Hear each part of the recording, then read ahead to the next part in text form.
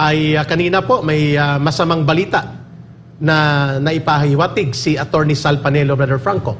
At Ma'am Lorraine, bagamat hindi pa natin hawak ang papel, pero sinabi ni Attorney Sal Panelo na sigurado siya na hindi magkakaroon ng katapusan ang pangbubusal at ang panggigipit sa SMNI. At kung kaya po habang may nalalabi pang oras dito at nakikinig at nakikita pa tayo sa telebisyon ng mga mamamayan, una po, nalulungkot po kami, ako, si Ma'am Lorraine, si Brother Franco at ang SMNI at ang taong bayan, sapagkat hindi po kami ang kalaban ng gobyernong ito. Kami po ang nagtataguyod at nagtatanggol ng pamahalaan na ito laban sa mga puwersang gustong wasakin ito. At yan po ang aming isinisiwalat laban sa CPP, NPA, NDF. Hindi po kami naglalayon na pabagsakin ang gobyernong ito or pahinain ang gobyernong ito. Bagamat kami ay nagpapaabot ng mga pagpuna at pagpapahayag tungkol sa mabuting pamamahala, maayos na pagpapatakbo ng ating pamahalaan, nagkokomentaryo din tayo tungkol sa pangangalaga, sa kaba ng bayan, sa pundo ng bayan. Yan po ay mga bahagi ng tinatawag na malayang pamamahayag, malayang pagpapananalita at malayang magkaroon ng kuro-kuro at opinyon ang mamamayan patungkol sa mabuting pamamahala at pagbubuo ng ating bansa. Good governance for nation building. At hindi lamang po yan. Kami din po ang nagpo-frontline para sa gobyernong ito voluntarily. Hindi naman kami inutusan para labanan ang CPP, NPA, NDF, isiwalat ang kanilang ginagawang pagpatay, panununog, pangbobomba, pang-ambush, pagre-recruit, pag-i-infiltrate sa iba't ibang sektor ng lipunan, including sa loob ng gobyerno at ang kanilang pagwasak sa kinabukasan ng kabataang Pilipino. Araw-araw po yan for almost 2 years and a half, close to 3 years. Yan po ang libreng tulong na ibinigay ng SMNI through sa Laban Kasama ang Bayan na binuo ni Pastor voluntarily to support the National Task Force to End Local Communist Armed Conflict and to stand for this government para pangalagaan ito. Subalit hindi namin maunawaan at matanggap, mga kababayan, sambayan ng Pilipino, na dahil sa aming pagtindig sa SMNI sa Laban Kasama ang Bayan na dapat hindi lamang ang CPP, NPA, NDF ang pinupuna at ating kinakalaban, kundi pati na ang pang-aabuso sa loob ng gobyerno. Ang pag-aabuso sa pundo at kapangyarihan ay bahagi po ng misyon ng SMNI at ng Laban Kasama ang Bayan sapagkat gusto natin ang matino at maayos na pamamahala. Ang lahat ng ito po ay hinarap ng Laban Kasama ang Bayan. And as if hindi pa po enough ang suspension sa amin ng MTRCB at ng NTC na walang batayan, hindi nagkaroon ng maayos na pagpapaliwanag sa mga violations at malinaw na they were put under pressure from the House of Representatives na no less than inamin niya ng MTRCB sa kanyang resolution against SMNI sa pagpapataw ng suspension. And of course, ang NTC nga hindi makita kung anong dahilan kung bakit isuspend moto proprio, walang investigasyon at walang pagkakataon na magpaliwanag ang SMNI. Akala natin matatapos na ang kalbaryong ito. Tumahimik tayo, sumunod tayo, tumalima tayo sa batas. Dumaan tayo sa proseso ng apila at proseso ng procedure sa batas. Subalit ano po itong sumambulat ngayong araw na ito na isiniwalat po Ma'am Lorraine, Brother Franco, ni Attorney Sal Panelo kanina sa programang Problema Nyo Itawag kay Panelo. Ipapataw po ngayong araw na ito. Anytime today, mawawala po kami sa ere ng National Telecommunications ang indefinite suspension. Hanggat gusto nilang sarado ang SMNI, TV and radio station all over the country ay mawawala po kami in a matter of few hours from now. Akala po natin tapos na ang panahon ng martial law. Akala po natin nangyayari lamang ang ganitong pangbubusal at pag-apak sa kapangyarihan o sa karapatan ng mamamayan sa panahon na may diniklarang martial law para i-control ang impormasyon. Bakit nangyayari po ito ngayon, mga kababayan? Bakit po namin ito isinisiwalat? Sapagkat napakasakit po ito na selectively pinuntirya ang SMNI at hinanapan ng butas dahil hindi nila ma-revoke ang franchise dahil batas ito at hindi nagko-cooperate ang Senado, inikutan ngayon nila Sino pong nila? Wala po kaming ibang tinutukoy dito na may pakana nito. Ang House of Representatives at pati si Speaker Martin Romualdez, lalo na, at hinanapan ng butas by making NTC become an instrument of suppression and instrument of tyranny. Ang nakakabahala po nito, dahil may batas na hanggang 2044, ang SMNI, Ma'am Lorraine, Brother Franco, hindi nila kaya itong ibaliwala dahil kailangan ng Senado magsuporta. Ngayon, inikutan nila, NTC ang ginamit. Ang malaking katanungan, Mr. President, after na binigyan mo ng pansin ang Coldplay concert, using 4 helicopters na pumunta ka doon, wala kaming question doon kasi prerogative mo yun. Pero, bawal yun. Kaya nga ma'am. Pero yun. bilang presidente, hindi ba mahalaga sa'yo na ang isang legitimate media at ang isang lehitimong nagpapahayag at bahagi po ng demokrasya ay binubusalan ng opisina na under sa opisina mo. Pero ang pressure nanggagaling sa pinsan mo. Hanggang kailan po magtitiis ang taong bayan? Just because ito lang ang istasyon na naninindigan na magtanong ng katotohanan, idepensa ang mamamayan laban sa terorismo ng CPP, NPA, NDF, at dahil nagagamit ang alliance na ito ngayon ng isang paksyon sa politiko, ng mga politiko sa Kongreso, pababayaan po ba ninyo ito, Mr. President? Are you not going to summon the highly irregular, scandalous, and anomalous exercise of very blatant and brazen abuse of power of NTC, which is under your office, under ito sa Office of the President, itong opisina na ito? Bakit ganito ang inaharap ng taong bayan? May selected or selective martial law ba? Mr. President, do you still value press freedom? And do you still respect the right of the people to speak out in a free democracy? Kung ganun, bakit po nangyayari ito sa SMNI? Itong walang saysay, walang kabuluhan at lapastangan na order ng independent suspension ng abusadong opisina under you na National Telecommunications Commission. Ma'am Lorraine, Brother Franco. I'll need to correct you a little bit, Erica. Yeah. I'm not that sad. No, I'm not that sad. Parang I expected this kasi honestly, I think it's interesting. I think it's interesting kasi more than anything, ang nasasakdal dito ay ang Marcos administration. It's really not SMNI that's on trial right now.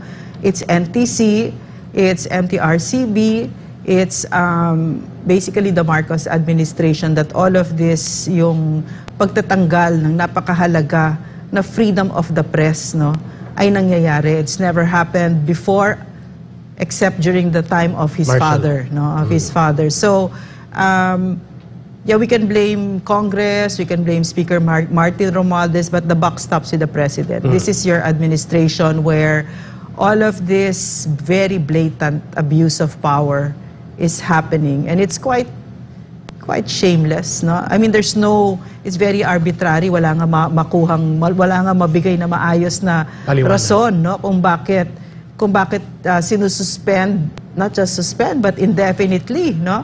Ang franchise ng hindi franchise, no? Basta ang operations ng SMNI. So parang for me, actually I'm very positive about it. I don't know why. Kasi I think during the arbitrary and illegal detention nung namin ni Eric noon sa Kongreso, ang nanalo doon ang taong bayan, no? Nakita ko yung kapangyarihan ng taong bayan na nagsasanib puwersa. At wala silang magawa kundi pinakawalan kami itong abusadong Kongreso na ito, na kung saan wala ka narinig na kahit na isang salita sa Pangulo.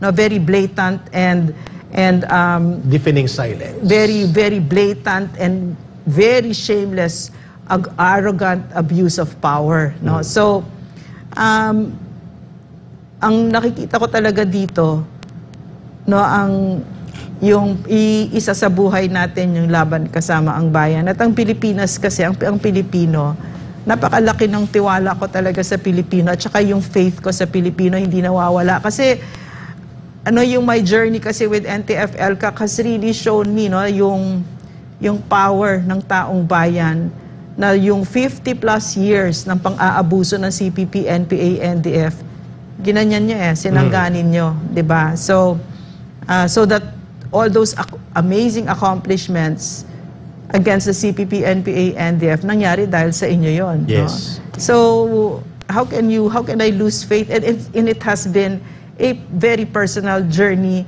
with the Filipino people. Kasi I went down on the ground, I spoke to the people, I still do it now. No? So, I can hear you, and I can feel you, and I can touch you, I can embrace you, and I know the strength of the Filipino people.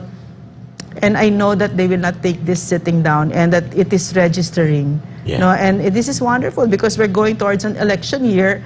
And not only that, no, there is a chance to take away. No? It's not a clean slate, but most likely, what's that? What happened? Yun na, no signal na tayo. Meron pa. Okay, Akala ko are we still there? Tinanggal na kami. Wala na kami? Okay pa. Okay pa. Okay. Akala ko pinotol ng transmitter line natin. Okay, so ano naman, parang hindi naman tayo napapatahimik. Of course, pinapatahimik tayo, but we have that online platform still, at doon pa rin tayo magkikita. And in fact, ang ganda-ganda ng online engagement ng SMNI. So, ang may problema dito na malaki ay hindi ang SMNI sa pananaw ko. Ito ay ang Marcos administration. Yeah. Wala na? Yeah, sige, continue naman. Wala na yata tayo. Antay sige lang. pa kami. Sige, okay lang. So, okay. hindi lang, ang pananaw ko dito, hindi SMNI ang may problema dito at hindi mawawalan ng tulog. Ngayong gabi, mahimbing na mahimbing ang tulog ko kasi wala akong inaargabyado dito. At saka bilang isang lingkod bayan, wala kayong maibabato sa akin. Nagsilbi ako ng maayos sa Pilipino. At yun lang yung meron ako. Yun lang yung pwede kong ipagmalaki. Na hindi ako nagnakaw at minahal ko kayo at nagsilbi ng maayos to the best of my ability. Kasama syempre ang napakahusay na Pangulo, Pangulong Rodrigo Duterte, na isa ring lingkod bayan. Na for some reason ay parang threatened kayo dyan pag napakaghusay ng President na hindi naman siya interesado na, no? I was with him recently, hindi na siya interesado. So anyway, hindi naman ang SMNI ang on trial dito at hindi naman ang SMNI ang may black eye dito. Ang may black eye dito ay kung saang administrasyon nangyari ito. Yes. Sino ang pumayag na tanggalan ang napakahalagang freedom of the press at freedom of expression? Sino ang nagtatanggal nun? Sino ang nang-aabuso? Hindi ba ang gobyerno? So ngayon narinig ko din na ang turing sa amin ng ibang sektor sa gobyerno ay kaaway daw. No? So, doon sila nagkakamali. Kasi, di rin naman ako naniniwala doon dahil ang dami kong kaibigan sa gobyerno at katrabaho pa din. No? At proud na proud pa rin kami sa gobyerno. So, tingin ko, mangilan-ngilan lang yon. And in the end, ang taong bayan ang kasama namin dito. Kung ito yung sinasabi ko kung bakit mahimbing ang tulog ko, kasi alam ko magkakasama tayo dito. At walang bibitaw dito. Walang iwanan ito. So maraming salamat kasi kayo talaga ang may hawak sa kamay ninyo ng ating pinakamamahal na inang bayan. Frank, 1 minute, rejoin kay Ma'am Lorraine. Does this government take pride in receiving the coming of the United Nations Special Rapporteur for Media Freedom and Civil Liberties pertaining to freedom of expression? Darating po ang mataas na opisyal sa UN na tinatawag na UN Special Rapporteur for Media Freedom and Media Protection. Hindi ba nakakahiya ito, NTC? Pangulong Bongbong Marcos Jr., you're laying out the red carpet for this UN representative in order to evaluate, check, and interact dito sa ating bayan sa Pilipinas para tingnan kung nag-i-improve at napoprotektahan ang kalayaan sa malayang pamamayag, malayang pagsasalita, freedom of expression, freedom of press, media freedom. And yet, magpapalabas ang NTC ng tinatawag na indefinite suspension. At we have received already information na doon sa mga regional offices ng NTC inorderana na ang kanilang mga regional directors na ihanda ang pagsasarado ng mga radio stations and TV network ng SMNI. Hindi ba yan nakakabahala? So kung nakikinig po ang mga opisyal ng Malacanang, if the President can give attention to a concert ng isang dayuhan at banyagang banda at gumamit ng 4 or 3 or 2 na mga presidential helicopters papunta sa Bulacan, can this not be a primary attention also to come from the President na tingnan kung nag-aabuso na at lumalagpas na sa regulatory function ang NTC at nagagamit na para sa tyrannical and political oppression na nanggaling lamang sa resolusyon ng House of Representatives, umakto siya at iniikutan ng batas natin. Mga kababayan, I submit also sa sinabi ni Ma'am Lorraine, hindi po kami nababahala, nagagalit po kami para sa taong bayan. Bakit? Maintindihan po natin kung diniklara ang martial law. Yung galit natin ay may pinanggagalingan sapagkat nagkaroon ng suspensyon ng mga karapatan sa saligang batas. Kagaya ng freedom of expression, Brother Franco, Ma'am Lorraine, freedom of the press. And yet, ipinapangalandakan natin na demokrasya at malaya tayo. Bakit selectively ang mga napiperceive na political critic o nagbibigay ng critical na opinion sa politika, hindi naman dapat kalaban ang trato like SMNI, laban kasama ang bayan. Bakit ginagamitan ng napakalakas na puwersa ng kapangyarihan ng ahensya ng gobyerno na hindi pa nakontento sa illegal na pagsuspend sa amin for 30 days sa SMNI, ngayon ay indefinite suspension ang kanilang inihahanda para supilin at busalan ang kalayaan natin. So nananawagan po tayo sa mga kasama natin sa United Nations na nandirito at darating. O sisaa po ninyo ito, imbestigahan po natin ito at harapin natin ang katotohanan na may nangyayaring panunupil at panlulupig gamit ang kapangyarihan ng gobyerno laban sa mamamayan dito sa kinakaharap na indefinite suspension ng SMNI, TV and radio. Yes, Kaya Eric, and also para sa akin, of course, we consider this as a national interest, Kaya Eric, hindi ang concert, Kaya Eric. Ito dahil ito'y for every media practitioners. Yung mangyayaring ito ay talaga naman nakita naman po natin ang chilling effect. Tapos ngayon patuloy pa rin ang kanilang ginagawang ganitong uri ng suspension. Kung ating titignan is ang dapat masuspend dito o yung bigyan ng pataw na hindi na pa muling makapagsalita is hindi po kami. Dahil kami po ay wala po kaming ibang layunin, bagkus ang aming layunin ay tulungan ng ating pamahalaan. Yeah. Wala pong iba. Pero yung taong nagsasalita ng nakakasira po sa ating pamahalaan, kagaya nila ni Raul Manuel, na siya mismo nagsalita na ang Pangulo ang isa sa o mastermind. siya yung nasa likod ng pamamaslang kay Percy Lapid na isang media practitioner. Bakit hindi po yun ang tignan natin? Eh bakit po itong SMNI na sa matagal na panahon, ano po ang na-break namin na naging destabilization po kami sa ating pamahalaan? Ano po nagawa namin na paninira kung kami In po fact, nagsabi ng katotohanan? What Yes, you're ma'am. saying, Franco, right now is no reason was given. Walang binibigay na Yes, rason. exactly, ma'am. Klaro, Correct, ma'am. exactly. At yun nga ang patuloy nating ginagawa. Kaya nga ang hiling ng ating mga attorneys, bigyan niyo naman po kami ng malinaw na dahilan kung bakit po ninyo patuloy na ino-oppress ang SMNI. Eh kasi ang sumasagot po, hindi po ang NTC. Hindi. Ang taong bayan na sumasagot ka, Oo. Eric. Mahirap naman gano'n na tayo nagtatanong, tapos ang taong bayan ang sumasagot. Iba na eh. Ma'am Lorraine.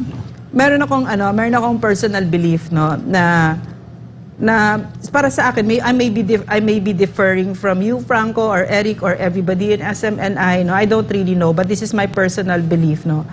A sovereign person, a sovereign nation will not beg. I'm not begging. I'm not begging NPC or the powers that be, the powers that be who think they are the powers that be, to give me freedom. No. A truly free person is free. She will get that freedom and use it. A truly powerful person does not need anybody's permission. So I'm not asking anybody's permission for me to freely speak. So, and this is how I want the Filipino people to be. Tumayo kayo ng mataas at matayog, at tayo ay maging malaya. Walang makakapagbusal sa atin kung hindi tayo papayag. At walang pumapayag dito. Alam niyo kung bakit? Because we are a sovereign people. We are a sovereign people. Do you believe that? Show it.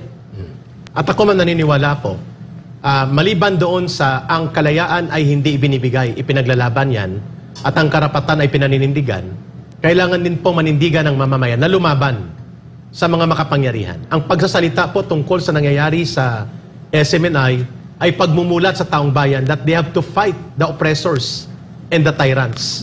Nakakabahala po, Ma'am Lorraine, Brother Franco, mga kababayan, na isang tawag lang ng presidente ito sa NTC at ipacheck, are you abusing your power? Are you making my administration appear na may martial law na pinipili lang kung saan ipatupad? Why is this not happening against ABS-CBN, sa DCMM, sa mga nagbo-broadcast? Why is this not happening to TV5, to GMA, to CNN? Why? Nakikita nyo ba ang kaibahan ng SMNI? Ang SMNI po ay walang takot na nagsisiwalat, nagtatanong ng katotohanan tungkol po sa mga nangyayari sa ating pamahalaan. Because that is the right thing to do. Yan po ay bahagi ng demokrasya, bahagi ng katungkulan namin yan, at bahagi yan ng good citizen's duty. Hindi po kami dito binuo para lamang po mag-alleluia at mag-praises sa mga nakaupo sa kapangyarihan. Kami din po ay nagbibigay ng opinyon. Nagbibigay ng pananaw at kuro-kuro. Sa aming pagbibigay ng pananaw at kuro-kuro, may nababangga kami na may mga political interest at political ambition. Ang masakit nito, ito may mga political interest at political ambition na kipagsabwatan dito sa mga paksyon ng operatiba ng CPP, NPA, NDF na nagbuo ng Tactical Alliance. At isa yan sa pinag-initan nila ang SMNI sapagkat bago ang lahat, ang SMNI po ang siyang nag-uusig at naghahabol sa mga ginagawang pagwasak ng CPP, NPA, NDF sa ating bayan. Matagal nang gustong patahimikin at busalan ito ng CPP, NPA, NDF. Dahil sa nabuo nilang Tactical Alliance this year or last year sa Kongreso, nagamit nila ito na poder at na maniobra nila ang mga kalagayang pampolitika because, haminin natin na sa hindi, ang tingin sa kay Rodrigo Duterte at kay Sara Duterte at sa SMNI kalaban sa politika ng administrasyon. Lalo na po ni Speaker Martin Romualdez na may anumang ambisyon sa kanya na yon. Yun po ang sinabi sa akin.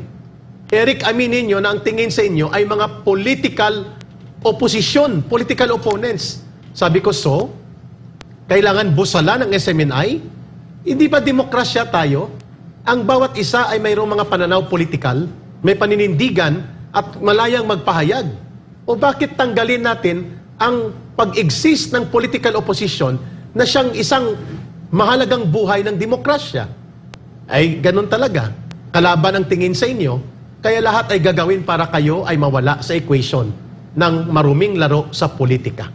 Rick, I don't know if I'm being foolish or too optimistic, I don't know, but I still hold faith with the President, honestly, kasi in my experience working with the former President, lahat gagawin niya. I mean, okay, pag lumapit ka sa kanya at humingi ka na ng tulong, nagsusumamo ka na, gagawin niya talaga lahat. So, yun ang measure ko kasi, alam ng mga kaibigan ko yan, na closest to me, yan ang measure ko sa isang lalaki. Pag masarap sumbungan. Yan talaga. Kasi hindi ako sumbungera. Hindi ako, I really fight my own battles. Yung gustong-gusto ko yung buntot ko, hila ko. Hindi ako humihingi ng tulong kahit na kanino. So, I think the former president knows this about me. So that when I go to him, ibig sabihin said na ako and I really need your help. So, this is maybe where my faith in our President, Bongbong Marcos, comes from. Because I know what it means when you say president. Diba? President means a man of character and strength and the defender and protector of the oppressed. And definitely, SMNI is being oppressed right now.